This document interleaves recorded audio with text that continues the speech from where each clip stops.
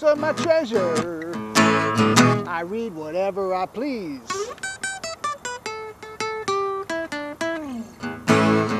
I'm here to tell you the treasure that you need. To learn how to read, you must know what words mean.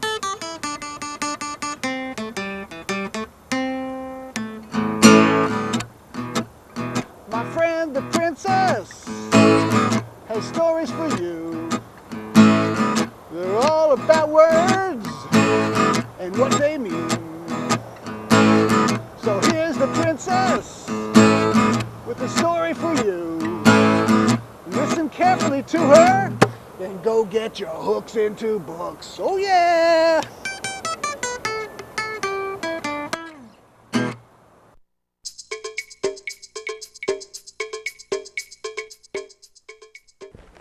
Now we're going to visit for a moment Desmond the dragon. He can remember everything, and he will review for us what we learned in our last episode. Take it away, Desmond. Hello everyone, Desmond Dragon here. In the last episode we learned that after answers the question when. After means the job is done. After I say a magic word, we will go see the princess. Dippity-doodle dragon.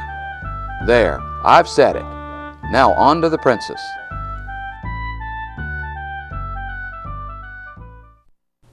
Our story today is about the word short. I want you to say it with me. Make your lips round like you're going shh and say it. Short. Very good. Everyone's lips were round. Now let's see how many sounds are in that word short. Get your fist ready. Here we go. Sh, o, t. Short. Short has 4 sounds in it. The word short means something is little this way or this way. Short will answer the question, what size is it? And it will also answer the question, which one do you want? Short will help you in many ways. Your parents may use the word short when they say, well, I'm going to get a short haircut for you. Or it looks to me like your dress is getting a little short. That's because you're growing so much. They also may say, we're going to take a short ride. That means the distance from you to where you want to go is very short.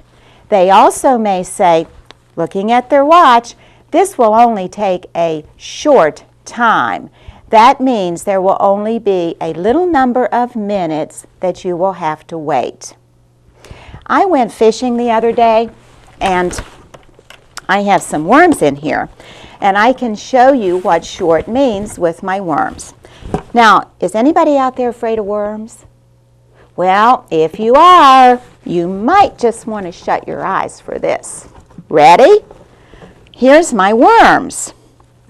Now, I'm going to look through these worms and see, aha. Now, last week we learned about long, when something was big this way. This is a long worm, and this one is short. This worm is short. That means it's little this way. See the difference? This one is short. This one is not short. Short, not short. Now, our story today takes place inside of a very large pile of dirt. And the character in our story is a worm who is little this way, and his name is Shorty. The problem he has is that Shorty the Worm does not like to be short. Let's see what happens to Shorty the Worm. This is the large pile of dirt that the worms live in. All of the worms like to be inside of the dirt. Now the worms that live in this large pile of dirt are very long worms. They're like this guy. They're very long. All the worms were long except for Shorty. Shorty, the worm, was very little. He was little this way. So this is Shorty, and here's all the other worms who were very long. Now the other worms who were long used to kind of kid Shorty, and they would call him names. That's how he got his nickname, Shorty. He didn't like that very much. In fact, when they called him Shorty, he would get angry, and he wanted to go up and just hit them because he didn't like it so much. But he learned to use his words and just tell them in this kind of voice, "Don't call me Shorty. I don't like it." And then he would just ignore them, which is usually the best way to handle that sort of thing. So one day, Shorty the Worm was inside of the large pile of dirt, and a very big bird comes over and stands over the pile of dirt, looking around.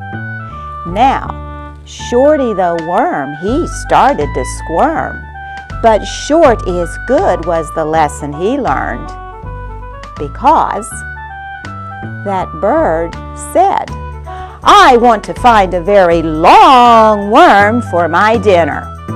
And that's what the bird did. He found a long worm, put it in his beak, that's what we call the bird's mouth, and went like that. And well, folks, that was the end of that worm. Next day, when Shorty was inside of his pile of dirt, a small boy came by. Shorty looked up at the small boy, and he noticed that boy is going fishing. This can't be good. This boy had a fishing pole that was very long, and Shorty knew that little boys like to find worms to use as bait when they go fishing. So, Shorty the Worm, well, he started to squirm, but short is good was the lesson he learned, because that little boy said, "I need to find a long worm. You sure can't catch fish with short worms." And sure enough, the little boy dug around until he found some long worms, and that's what he took fishing. Well, by now, Shorty the Worm is starting to think that maybe being short is a very good thing. In fact, what he learned that day was, if you are a short worm, you will most likely have a very long and happy life. Well, that's the end of our story. Now, I did a rhyme in the story, and you probably heard it, because a rhyme is where words sound alike or sound the same. I want you to try that rhyme with me now. So get your fingers ready to snap, and let's do it. Shorty the Worm, he started to squirm, but short is good was the lesson he learned. Shorty the Worm, he started to squirm, but short is good was the lesson he learned. Very good. Now, boys and girls, you have learned another word that you can use to answer the question, what size or which one? But remember, it will take 10, 20, 30, 40, 50 repetitions to make that word yours. That's all for now. Bye-bye. Have a great day.